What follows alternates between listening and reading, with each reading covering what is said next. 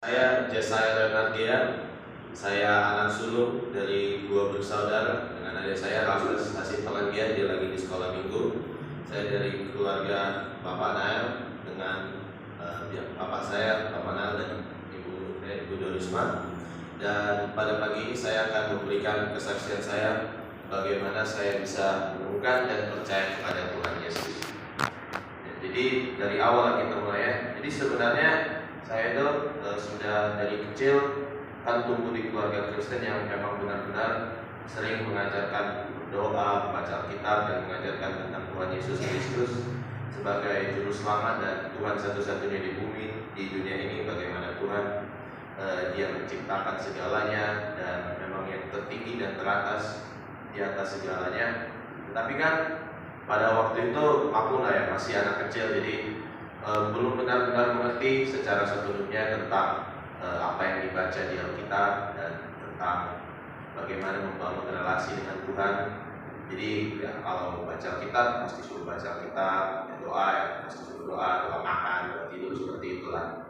Nah, pas sekitar umur 6 tahun, saya dan keluarga saya pindah ke Jakarta dan pada waktu itu saat saya bersekolah di sana pas kelas 1 SD, aku sering mengalami pembulian karena agamaku kan berbeda dari banyak teman-teman di sana. Banyak teman-teman di sana kan agamanya Islam dan aku Kristen sendiri. Di antara seluruh angkatan itu aku satu-satunya orang Kristen, jadi sering dibully lah, menghadapi diskriminasi dan lain sebagainya.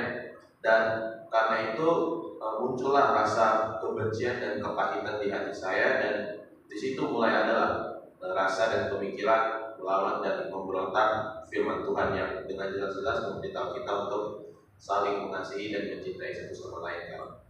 Nah, tapi lanjut lagi lah, saya dan keluarga saya pindah dari Jakarta ke Tangerang Selatan, dan di situ saya lanjut sekolah di sana dan terus bertumbuh di situ. Dan selama di sana kan ada teman-teman baru juga, aku ikutin lah sikap-sikap mereka karena sering main sama mereka kan. Jadi yang buruk-buruk juga keikutan. Jadi pada waktu itu mulailah aku ngomong kasar, sikapku kasar, dan juga semuanya mau aja kan. Makanya pada waktu itu seringlah aku dan adik aku bertengkar, konflik, marah-marah. Waktu itu aku juga mulai membantah-bantah papa mama. Dan ini paling parahnya itu pas pandemi pada tahun 2020 kan. Ya seperti kita tahu pandemi, kita nggak bisa kemana-mana kan, sekolah online, semuanya online. Dan pada masa itu kan ya seharian pegang laptop, pegang HP, jadi bebas lah mau cari informasi apa, media apa. Dan dari bacaan-bacaan dan tontonanku itu, aku lihat bahwa banyak orang yang cerdas, kayak ilmuwan dan penemu zaman sekarang. Kenapa mereka sepertinya pandangan mereka dan ilmu pengetahuan mereka itu kayak menentang Alkitab, kayak mereka melihat agama Kekristenan secara khususnya seperti sesuatu yang menghadang kemajuan, ilmu pengetahuan, dan pokoknya tidak lagi cocok untuk dunia modern ini. Dan juga saya melihat banyak orang berpendapat bahwa seperti gereja itu tidak relevan lagi dan Tuhan itu tidak ada, dan pemikiran-pemikiran tidak benar seperti itu. Dan karena ya kan sering-sering aku konsumsi media ini, jadi terpengaruhlah pikiranku dan sempat sampai aku meragukan dan tidak percaya akan Tuhan itu ada dan Tuhan itu adalah Juru Selamat. Tapi kan aku memang suka mencari tahu dan suka membaca, jadi aku putuskan aku mulai benarnya ini sebenarnya apa yang orang-orang ini lakukan. Jadi aku membaca sendiri dan menonton, dan juga menonton media-media lain yang coba memberikan perspektif yang baru mengenai Alkitab dan pengetahuan. Dan juga aku banyak berdiskusi dengan Pak Mama, dan pada saat berdiskusi itu aku ingat mamaku memberikan satu ayat yang memang mengubah cara pandangku mengenai Alkitab, Tuhan Yesus dan ilmu pengetahuan itu, yaitu Amsal 9 ayat 10, yang dimana dia berbunyi,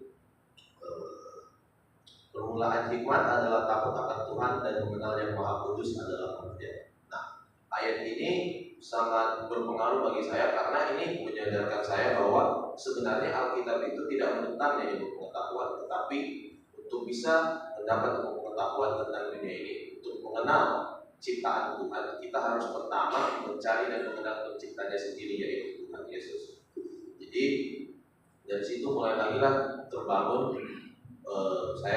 kepercayaan saya kepada Tuhan. Tetapi kan ya masih banyak sih tetap melakukan yang buruk-buruknya itu, seperti ya mengikuti teman-teman kayak melawan orang tua, bentak-bentak, sering bertengkar, berantem, berbicara kasar, dan sering bermalas-malasan di rumah juga, mau bantu papa mama, mau belajar. Tetapi mulai terbentuklah dan terjadi perubahan sedikit demi sedikit setelah itu. Dan puncaknya ini terjadi pada tahun 2023 pas waktu itu kelas 8 saat aku ikut retret gereja GKI di sana. Ada satu pastornya itu ada bilang satu perikop di Alkitab tentang cerita anak yang hilang. Nah, tetapi satu ayat yang aku paling ingat itu adalah di Lukas 15 ayat 20 yang berbunyi, maka bangkitlah ia dan pergi kepada bapaknya, si anak bungsu yang hilang itu. Ketika ia masih jauh, ayahnya telah melihatnya, lalu tergeraklah hatinya oleh belas kasihan. Ayahnya itu berlari mendapatkan dia, lalu merangkul dan mencium dia. Jadi dengan khotbah dan ayat ini, saya jadi sadar bahwa saya adalah anak yang hilang itu, dan saya juga sadar bahwa Tuhan Yesus mau menerima saya, walaupun saya sudah banyak sekali berdosa dan melawan Dia. Tidak akan pernah ada terlambat untuk bisa kembali kepada Tuhan Yesus. Dan disitulah mulai terjadi perubahan dalam hidup saya. Setelah ini saya mulai perubahan yang saya lihat paling besar terjadi adalah dalam pola pikir saya. Kalau sebelumnya ini kan seperti saya bilang tadi, saya egois, maunya yang mau dia saya aja, yang enak bagi dia saya, yang nyaman bagi dia saya, nggak saya pikirkan orang lain. Tapi setelah diubahkan hidup saya oleh Tuhan Yesus ini, saya mulai berubah pikiran sebelum melakukan sesuatu apapun. Saya mulai berpikir apakah ini sesuai dengan kehendak Tuhan, bagaimana ini bisa merefleksikan firman Tuhan yang dalam diri saya, dan apakah ini memuliakan nama Tuhan. Dan semua perkara juga saya mulai serahkan kepada Tuhan, dari yang paling kecil sampai yang paling besar. Jadi seperti tadilah relasi dengan adik dan orang tua, jadi saya lebih mau peduli terhadap keperluan mereka apa, gak mau hanya sesuai saya saja. Sampai yang bukti paling besar menurut saya adalah pada Oktober lalu ini, aku kan ikut ada lomba Olimpiade Biologi. Jadi awalnya itu karena harusnya nggak lulus, aku kan diseleksinya, aku serahkanlah semuanya kepada Tuhan, kan coba aja yang terbaik, dan banyak berdoa aku dan keluarga juga. Tetapi ya Tuhan memberkati aku selama perjalanan itu dan memberikan hasil yang terbaik sampai akhirnya dapat menang medali emas. Nah, tapi selama perjalanan ini juga kan tidak mulus saya untuk bisa mengetahui tentang Tuhan Yesus dan mempelajari firman-Nya. Banyaklah cara si jahat untuk membuat jalan kita salah.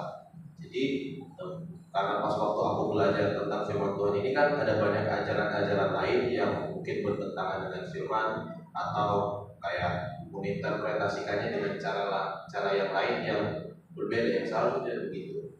Dan selama proses ini aku ada menemukan satu ayat lagi yang sangat menguatkan aku dalam perjalanan aku menemukan Yesus, yaitu Galatia 1 ayat 8 yang berbunyi, tetapi sekalipun kami atau seorang malaikat dari surga yang memberitahukan kepada kamu suatu Injil yang berbeda dengan Injil yang telah kami beritakan kepadamu, terkutuklah dia.